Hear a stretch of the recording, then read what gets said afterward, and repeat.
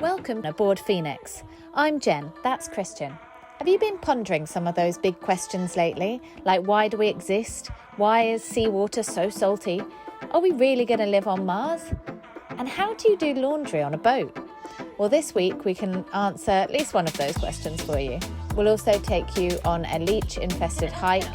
That was definitely worth it. Find out what there is to do in Laurieton and sail with dolphins. I'm Christian. This is Jen. A Colombian and a Brit. We met travelling and we've always wanted to explore the world and experience new cultures. We've been living in Australia for the last 6 years and we love it. But after 6 years focusing on our careers, we're missing a bit of what brought us together. An adventure.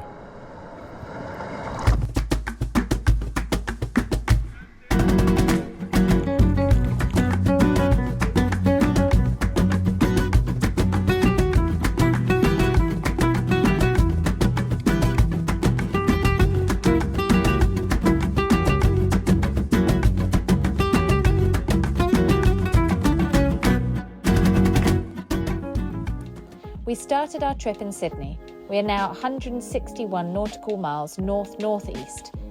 We're just arriving at Tuncurry on that side, Forster on that side, but the channel, as you can see, pretty much like just here, is quite tricky. Okay, hold up. You might be thinking right about now, why is it tricky? Why do they keep banging on about depth? I'll just do a quick explainer. We've got two things we need to look out for. The height of the boat, which is the mast, and the depth of the boat, which is the keel, the bit that sticks out underneath it. We have to look out for things like bridges when we're looking at the height. When we're looking at the depth, we don't want to hit sandbars or rocks or the ocean floor. Like the depth here falls a lot. Just look at this. Am I going right? You're going fine. Stay between the green one and the red one. You're fine. So we just need to follow a channel. But it's just on this chart, it's not showing me that.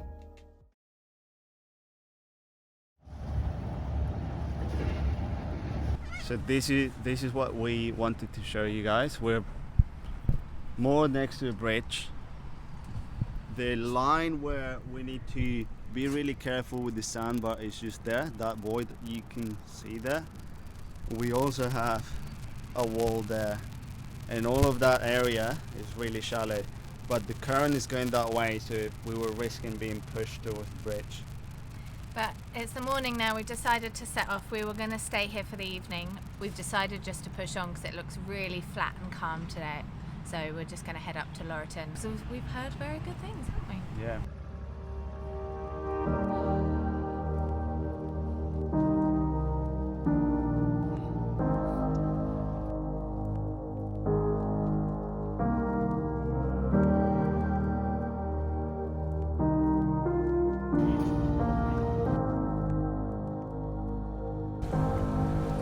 What do you say?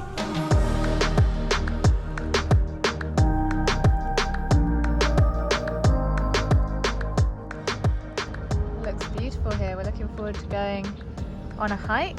Yeah, I can tell you we'll be going on hike.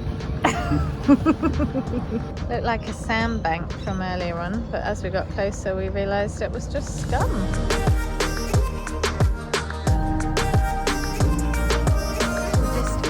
And we need to put down the dinghy to get over to the jetty, which is just behind there.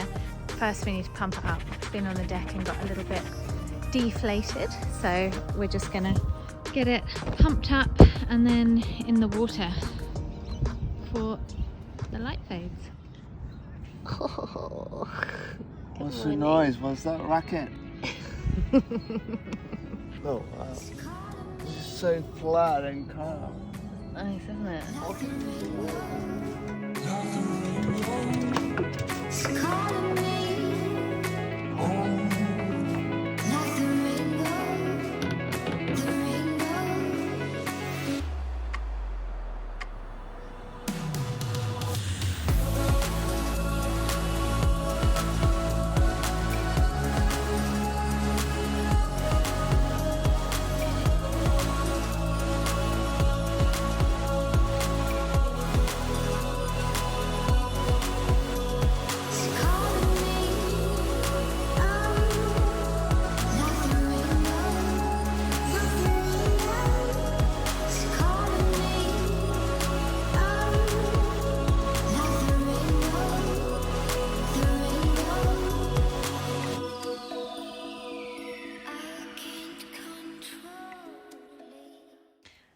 So it's time to do the laundry. Doing the laundry on a boat's a bit different to on land. First we need to pack everything in bags, then we have to get all the bags on the dinghy, then we get us on the dinghy and Bella and set off for shore. Then we have to walk to our nearest laundrette, if there is one, and then find some empty machines, put in our coins, put in our washing, turn it on, and then we wait.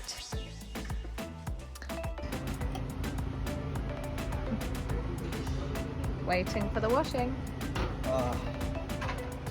After that, we go and pick up all the laundry, fold it up, put it back in the bags, get back in the dinghy, get back on the boat. I mean, smoother than that, impossible. And then we work out how long that took us and how much it cost. Right, we're done. We've done the laundry. It took us a grand total of 3 hours and 20 minutes. 3 hours, 20 minutes and cost us $33. So not too bad. I mean, an hour of that was spent chatting to June, a lovely local who was on her mobility scooter.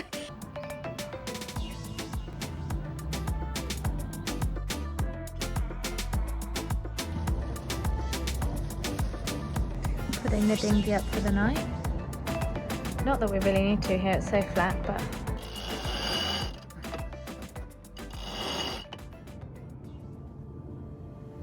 the sun just came out and we're about to go for a walk to the North Haven lookout. apparently it's really nice. It's like 2.5 k's, maybe a little bit steep. So we're gonna try and stretch our legs and do some exercise running up the mountain.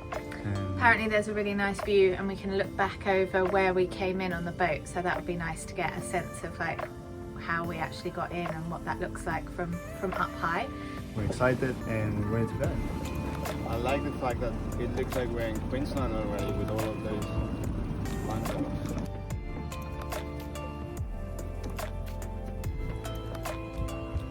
Ready to go.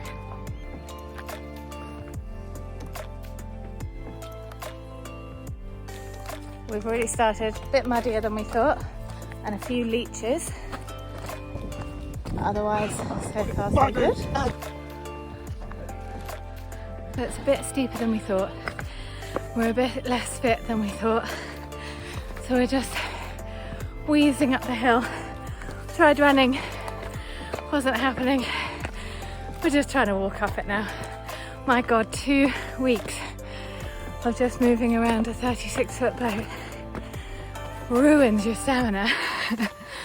I underestimated the walk. I thought we were going to be able to run out, but I'm actually really tired. Nearly there.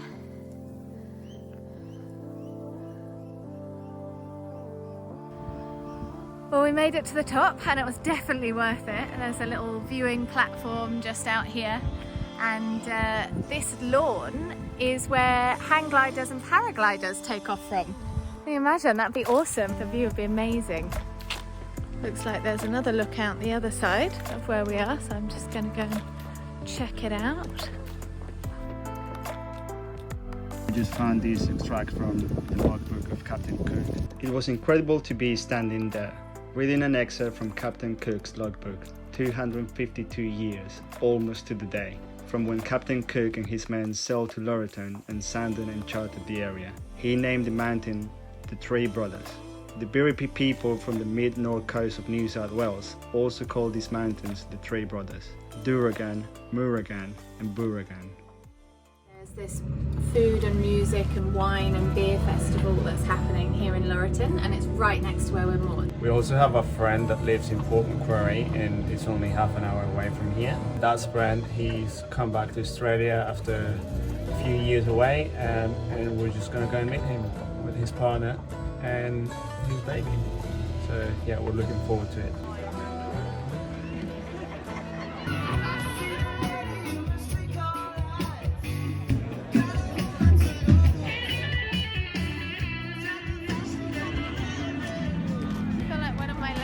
Really tan today and the other one didn't. I've been poking out in the sun all day.